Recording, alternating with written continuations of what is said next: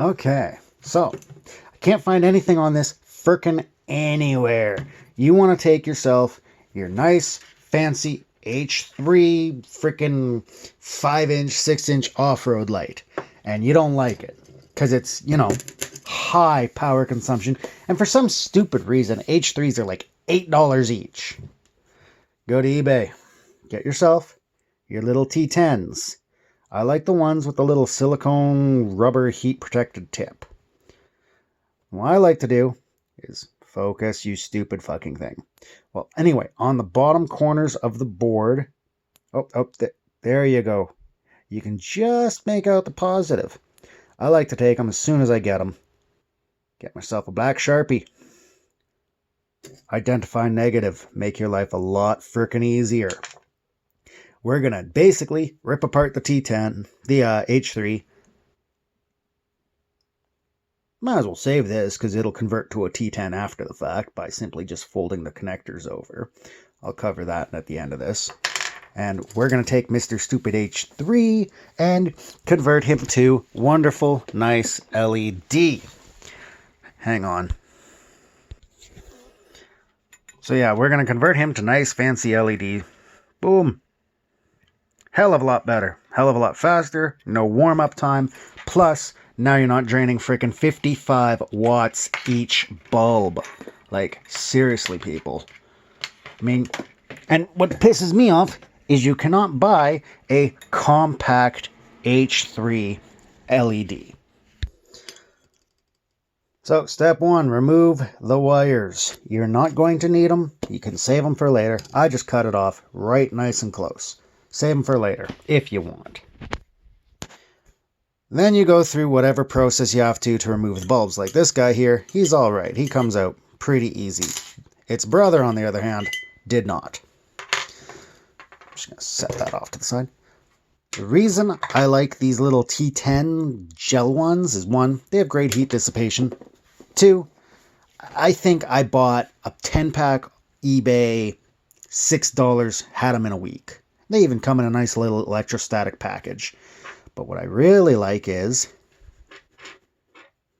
right there. They are compact. They are damn near the same frickin' size. Actually, I think they're a little bit smaller in the end, all said and done. So, step 1, don't break that. Step 2, we're going to take us some snips and cut this right down like that. This is the ugly mess you're going to end up with. I literally just used some jeweler freaking little mini diagonal side cutters. But, there we go. I basically rip all of that crap off, and you notice now the bulb, see, that's what we want, is this to wiggle separately and freely. Because now we're going to come along and cut even deeper. We're going to disconnect the 2 little electrical electrodes. We're going to cut them. So we end up with this, essentially, is that guy. Because this one, he don't matter if he's positive or negative. Doesn't care. Doesn't matter. We're just going to bifurcate those 2 pieces.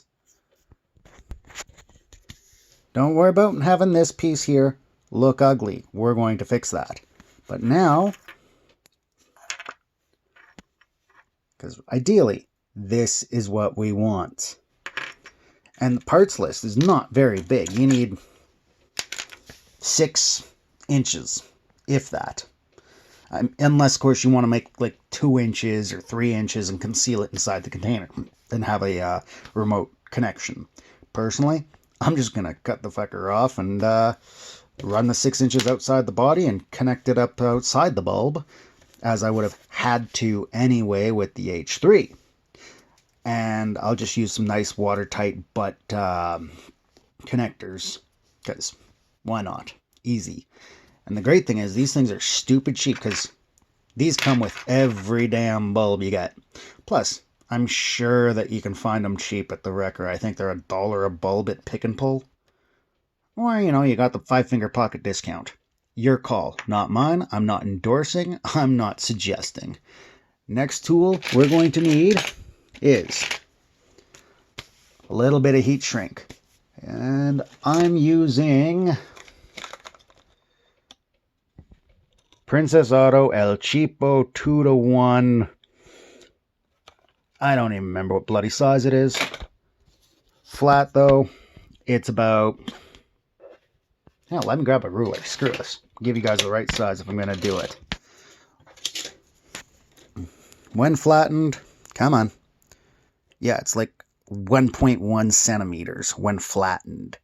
So, there we go. Yeah, that doesn't help you much now. So yeah, it's like just over 1.1 centimeters. So for your Americans, I think that is just shy of a half. Like, it's either going to be like, let's see, 2.24, 1.2, sorry, 1.1. Yeah, it's going to be like 5/8. So yeah. Anyhow, you're going to need literally just enough of that to go about yay. You want to go basically double the length of these connectors, because we're going to heat shrink it to this. We're going to have to pre-tin this. And that's where marking it comes in handy, and having color-coded wire comes in handy. Now I cut this off the original, and I color that. I'm just going to pre-tin this with some solder. Pre-tin the wire. Tap them together. Slide this up. You may want to go a little bit larger on this tubing, just because it's like a 5-minute struggle fuck to get the bastard on. But it shrinks down nice and tight, waterproof, covers the connectors, protecting it from this little bastard. Now what I like to also do, focus, there we go. See how, let me just, piece of shit. Piece of shit. There we go. Right. These stupid little tabbies. They're freaking angled in. I bend them out so I can fit this guy in, and then I gently push them back in. I do not want to puncture this. You could equivocally use hot glue, but meh. I'm lazy. I don't feel like firing up that. I've already got the solder gun going.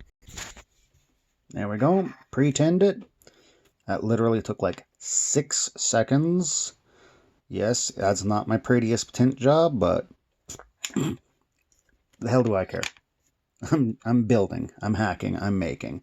Then we're just going to simply line up our black with that.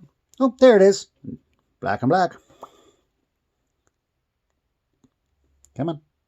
Now we're just going to solder them on.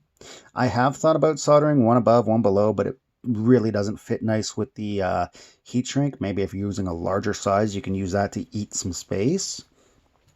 But this 2-to-1 freaking 5/8 or 1.1 centimeters works really well with this size of wire, because it's what I have lying around. I don't know the gauge. I cut it using, well, no, actually I could tell you the gauge. I stripped it. Strippers, where are you? There we go. I stripped, it is either 18 or 20. I don't remember exactly, but hey.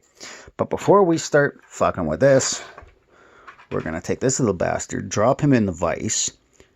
So the vise is going to hold him like that. And we're going to flatten that down. Well, there she is. She's flattened down.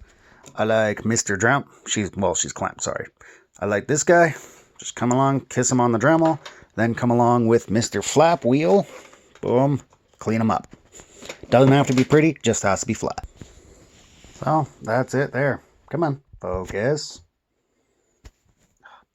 You'll have to forgive it. It's camera on a phone. And then these do kind of like flay out a little bit because of the dremeling. So, I just like to come along, take Mr. Needle Nose and go.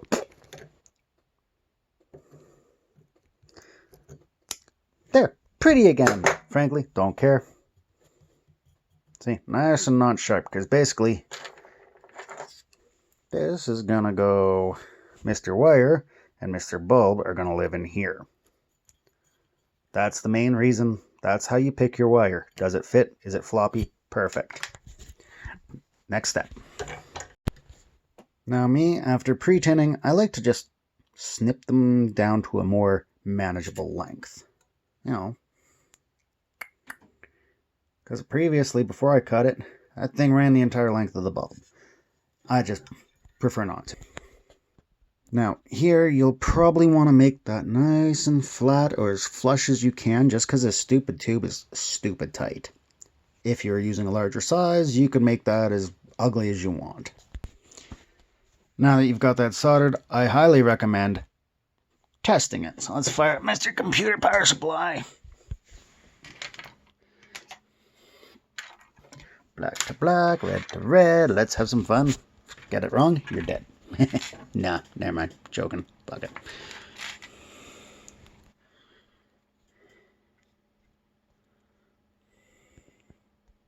Yay! We have power!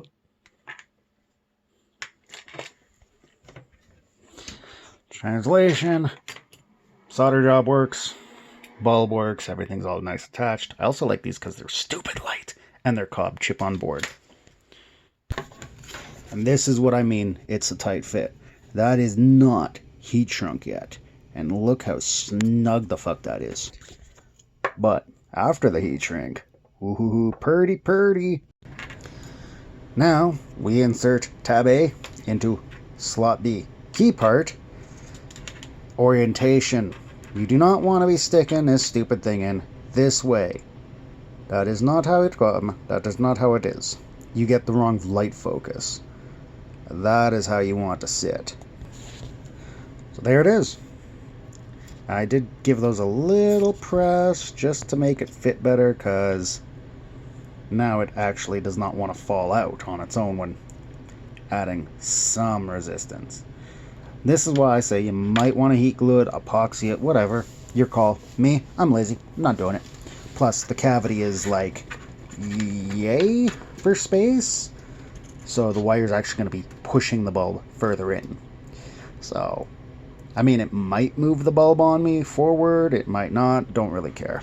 This is like beta test. But what's stupid nice is if you get your hands on a bunch of these that are dead, you could break the damn bulb, rip them out, build yourself like a couple of these as spares. But I mean, 500 hours life or some stupid thing like that.